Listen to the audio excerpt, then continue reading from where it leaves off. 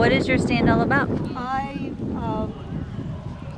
do programs in early trade, and since the information stays the same, I pretty much just change clothes depending on the venue, starting with Hernando de Soto up through the Creek and Seminole Wars. You see, nothing exists in a vacuum. The things we trade for today have their roots in the things that people were chopping out of stone thousands of years ago. It doesn't really matter. It's all the same story. It's just a progression. Makes sense. Yeah. When you consider that a lot of our old roads that have been around for a long time are all windy and twisty and follow the land. It's the deer know the best way to get up a hill. The rabbits know the best way to get to water. The sensible person, the sensible hunter, is going to follow that path. Okay, so then it becomes a footpath. The deer follow it too. I mean, like coyotes follow the road down at my house. The herons fly down the road in front of the car rather than try to get up over the trees beside me. I'm serious. Then you have the Europeans coming in with horses. That widens the path. Then you build a cart, which makes the same path wider. You're not going to try to drag that cart up a hill where there's no path. You take the road that's already there. Then you have Henry Ford with his car, and it's so fast that you can walk in front of it with a lantern to ward off the horses so you don't sweep the horses. But that's a wider trail. And then, eventually it gets paved, but it's still following more or less the same route. It's only when you want to get somewhere quickly that you start cutting overland to build the major highways. But the old roads still follow the same trails. That's really neat. When you have people that are trading vast areas without a technology that we recognize, they have found Amazonian macaw feathers in archaeological sites in Arizona, Colorado. There's no international boundary. Those people walked in, literally.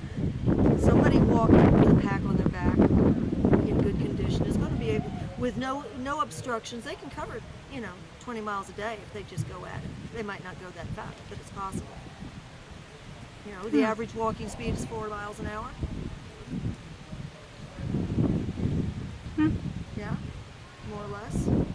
I guess it depends on that's 5 hours the of person. walking, and you've got a lot longer than that to walk. And the traders would often have dogs with packs on them, so they can carry things. You've got, in the archaeological sites in Florida, we've found copper ornaments. They are made of native copper, pounded out of nuggets into flat sheets. There's no copper in Florida. The closest copper might be in Tennessee or Kentucky. There's lots of copper over around the Great Lakes. That's got to be walked in. But not necessarily the person that mined the copper is going to walk into Florida. He's going to walk down to maybe somewhere in the vicinity of Memphis, and he's going to trade for somebody that's walked in from farther west who's got some obsidian. And they're going to get together, and somebody's got buffalo hair twine, and then they spread out again, and everybody's got a little bit of everything. Eventually, you get to where you're going with things that you've picked up and traded along the way. You get here, you start getting carved shells, you get shark's teeth, you get feathers, and you start walking back north again and trading along as you go. Trade routes were extensive because everybody wants something. You're from Donna-Karan, the town of Donna-Karan, and you're from Gucci.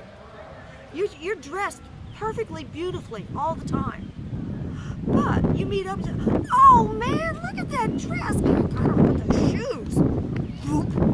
Now you have a Gucci dress and you have Donna-Karan shoes, it's that simple. What somebody else has that you don't, it's new and different. We want it. We always want it. Somebody asked me the other day, what was the first trade?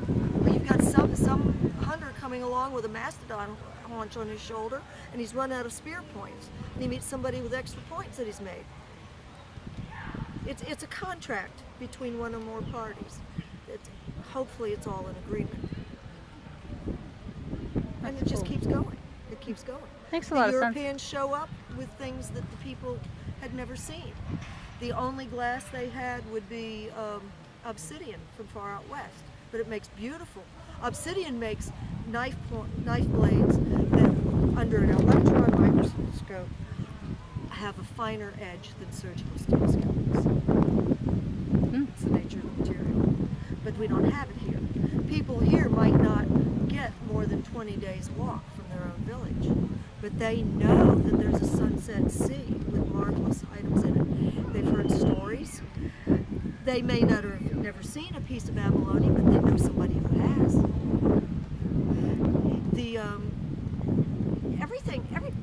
People have been moving around. That's how they got here in the first place. We all know about the Bering Land Bridge, and then there's the alternate theory, which makes more and more sense the more they look at it, of the people coming along the ice flow, ice edges from Europe.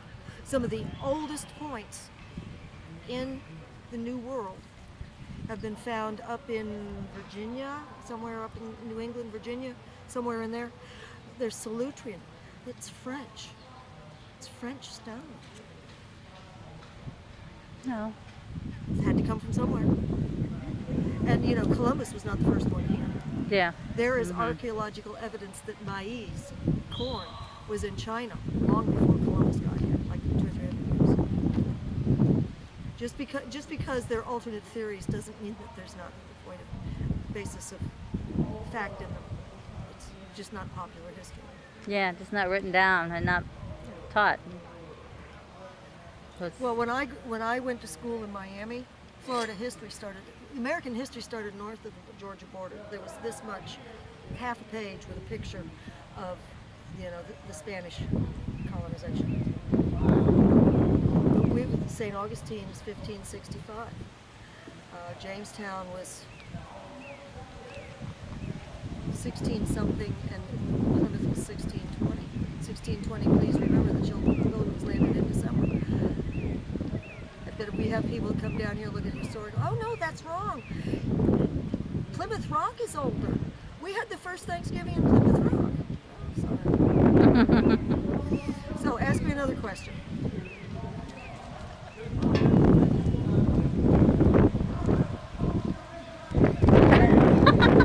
Totally blank. Your fire. Look, fire, yes. Yeah, that's good for cooking. I can't do That'd be good for cocktails very cooking. well. Huh? A couple potatoes inside there, and also. Actually, they would survive. That's having fun.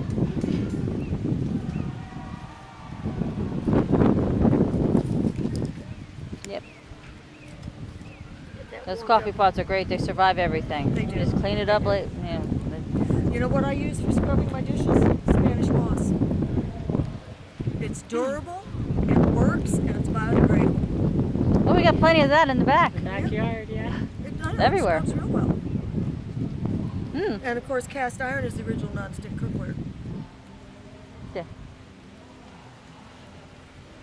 I should use that on my pan because there's one spot I can't get. I'll try that. I'll go outside and pick it. Anywhere. Híjole. Oh, the horse didn't like that. They've never heard those gunshots before. They just want to go battle. They're probably just tired. Yeah, well, Smokey has been over here several times for his peppermints. He just kind of brings his rider along with him. He finally learned that I lived in this tent, so he'd just come right here and start stopping over there. That's cool. Oh, thank you. They're going to go boom again. Oh, lovely. Aw. Oh, I wonder how the birds and all. We've been doing this all weekend. They're used to it. That one doesn't look happy. Well, don't forget that these horses do this all the time, and when we have battle reenactments, the gunfire means they get to go run. Like hunting dogs. See the guns come out, they're ready to go. I see. Because they wouldn't be, those are cracker, I don't know about the punny, but they're cracker horses. They're the old, come from the old line Florida horses that were first brought over. And Smokey and Sugar are used in the battle reenactments. So if they had a problem with gunfire, they wouldn't be useful. but they just keep going. You know, they just keep running, and everything's fine.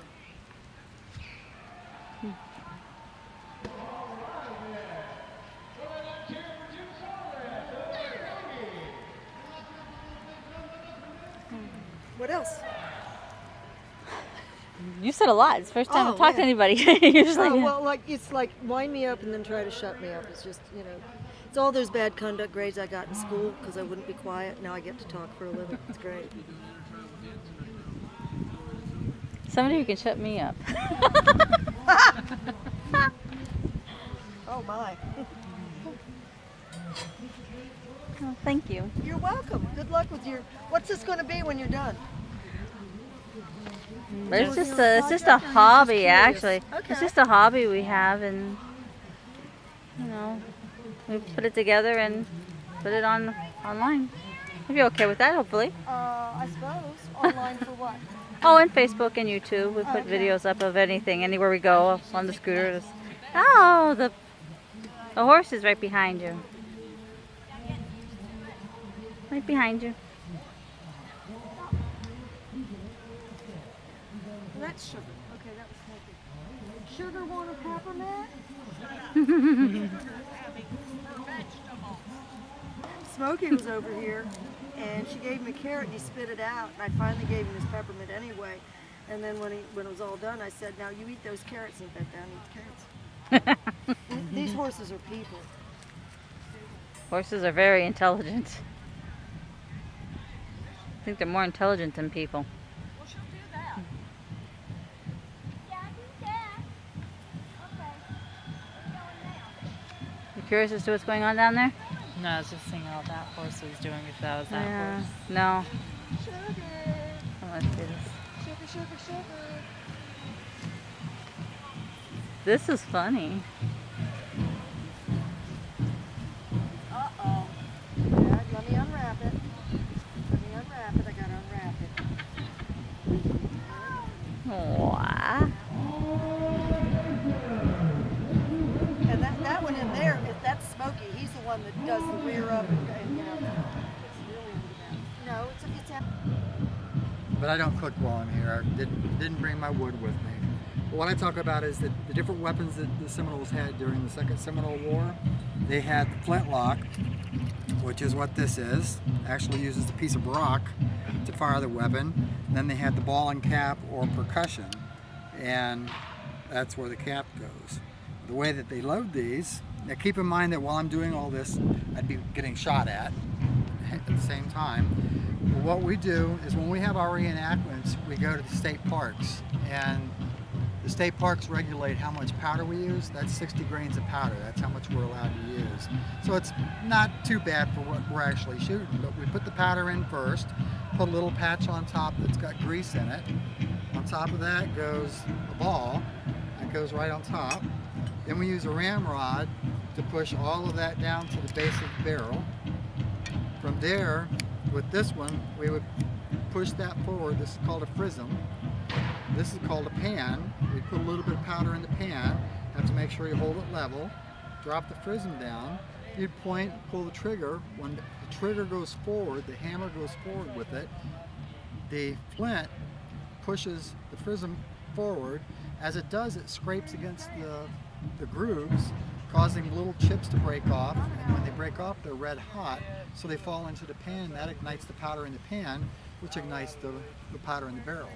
The disadvantage to this is several. One, that every 4 or 5 times you fire this, you got to stop and resurface the flint and move it out a little bit to get it to keep firing. So you got to stop and do that. You use a tool for that.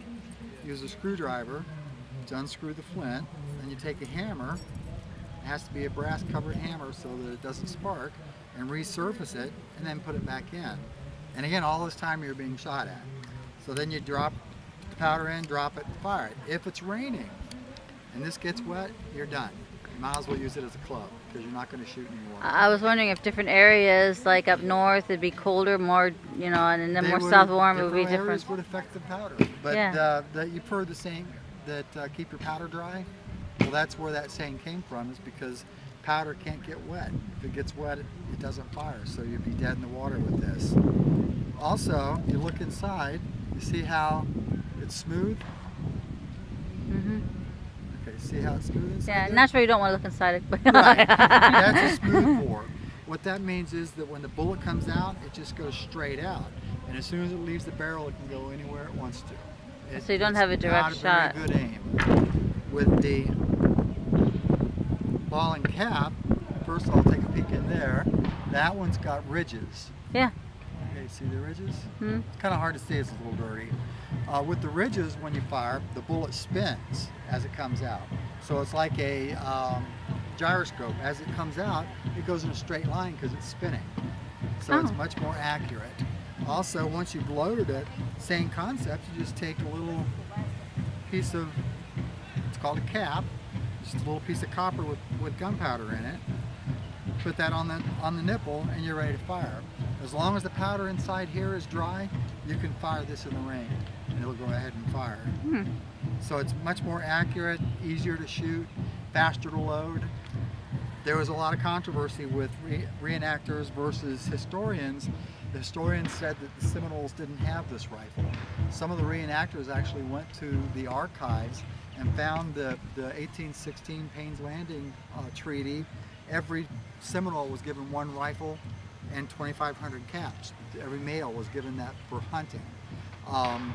The white people figured that they'd run out of caps eventually and they wouldn't be used as weapons anymore against them, but they didn't take into account the Seminoles traded with everybody. So they would go down and trade with pirates, they'd trade with the French, the Spanish, they didn't care who they traded with. If they had something they wanted, they would trade skins for it. That's how the term buck got started, for a skin. This is a buckskin. They'd say, how many skins do you want for that box of powder? And the guy would say, well, I'll take 10 bucks. And he was talking about buckskins. And that's how the term buck for a dollar got started. Oh. But this is a typical hunting cap. What we would do is as we went farther and farther away from our homes to actually hunt, because we deplete the livestock, we would go to a point where we'd stay a week or so in one spot so we could kill it, then we'd dress it and cure it and dry it so we could carry it back already cured. We'd stay in our tents. Once we got to the point where our own homes were being burnt out by the white people, that's all we had to live in. So that's where the Seminoles lived at that point. Hmm. They were pushed towards the center of the state to keep the Seminoles away from the trade areas, which were the coastlines. That's why they kept them tried to keep into the center of the state so they couldn't trade for things. You Huh. have a question? Oh, this is really interesting. I never thought about But that. when I go to reenactments, I sleep in my tent. I've got another tarp that goes across the front, ties on, and I just sleep right in the tent. Was down at Big Cypress, down the Everglades, and pouring down rain, and I stayed nice and dry. As long as you pick your land area out so you're not in a little hole, Mhm. you'll be okay. That's what I was thinking. Yeah. You have to be nice up, and so that gravity help. You're on the Yep. where water is gonna It'll get stay you. away. Yeah. Or anything else wanting to get out of the rain too. Yes. Share. All right, well, that's what I've got. Thank you. All right, you guys have a great day. You too. Okay, thank you. That was really interesting. Yeah.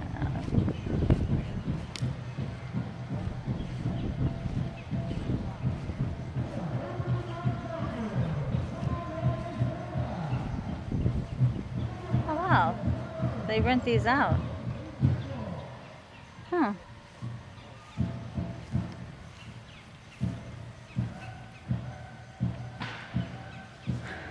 They rent them out. That's interesting.